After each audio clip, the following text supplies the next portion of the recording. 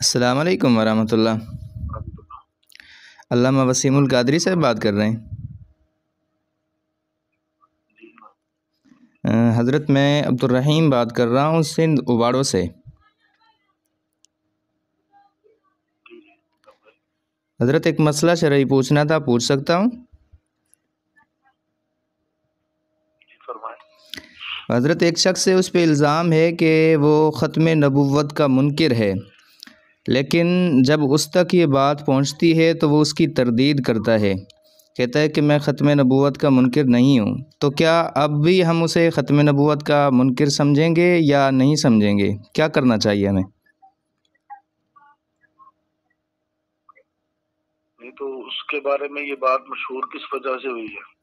جی حضرت، اس کے عقائد و افکار کی وجہ سے یا اس کی باتوں سے کسی کو شبہ لگا کہ یہ ختم نبوت کا منکر ہے، تو انہوں نے اسے ختم نبوت کا منکر سمجھا ہوا ہے، لیکن وہ شخص وضاحت دے رہا ہے بار بار کہ میں ختم نبوت کا منکر نہیں ہوں، میں ختم نبوت کا قائل ہوں، اور ختم نبوت کے منکر کو مسلمان نہیں سمجھتا۔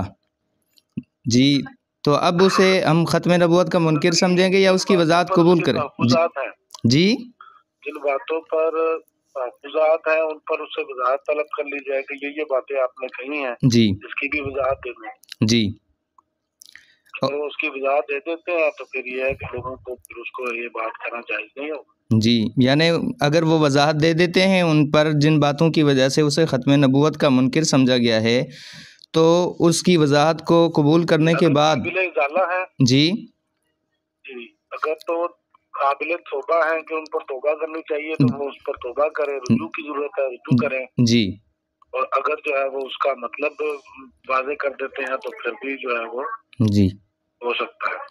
اچھا، یعنی اگر وہ قابل توبہ ہے تو توبہ کرے، اگر قابل توبہ نہیں ہے، وضاحت قبول کی جا سکتی ہے تو اس کی وضاحت کو قبول کر کے اسے ختم نبوت کا منکر نہ کہا جائے، جو کہے تو وہ گنہگار ہوگا۔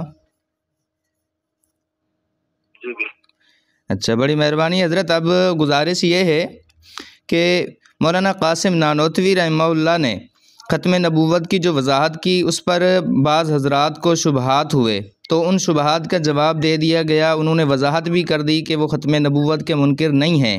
آج تک وضاحت جاری ہے، لیکن دوسرے فریق کو کیا مسئلہ ہے، ان سے ذاتی اناد ہے، بغض ہے، کیا ہے، کیوں وہ آج تک ان کو ختم نبوت کا منکر سمجھتے آ رہے ہیں؟ حضرت کھانسی ہو رہی ہے حضرت، میں مسئلہ سمجھنا چاہ رہا ہوں آپ سے۔ لو جی، یہ حضرت بھی بھاگ گئے۔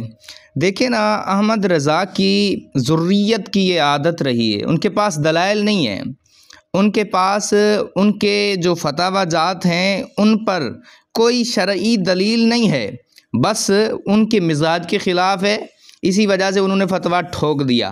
وہ کہتے ہیں نا کہ جی میں نے فتویٰ لگا دیا ہے کہ تم کافر ہو، اسی وجہ سے کافر ہو۔ اب دیکھیں، انہوں نے کہا کہ اگر وہ وضاحت دے دیتے ہیں تو پھر اس کی وضاحت کے بعد انہیں کافر ڈکلیئر کرنا یا پھر ختم نبوت کا منکر سمجھنا جائز نہیں ہے۔ تو دیکھیے ان کی دیانت داری، جب میں نے وضاحت پوچھی، نام لیا تو کھانسی بھی ہو گئی اور حضرت فرار بھی ہو گئے۔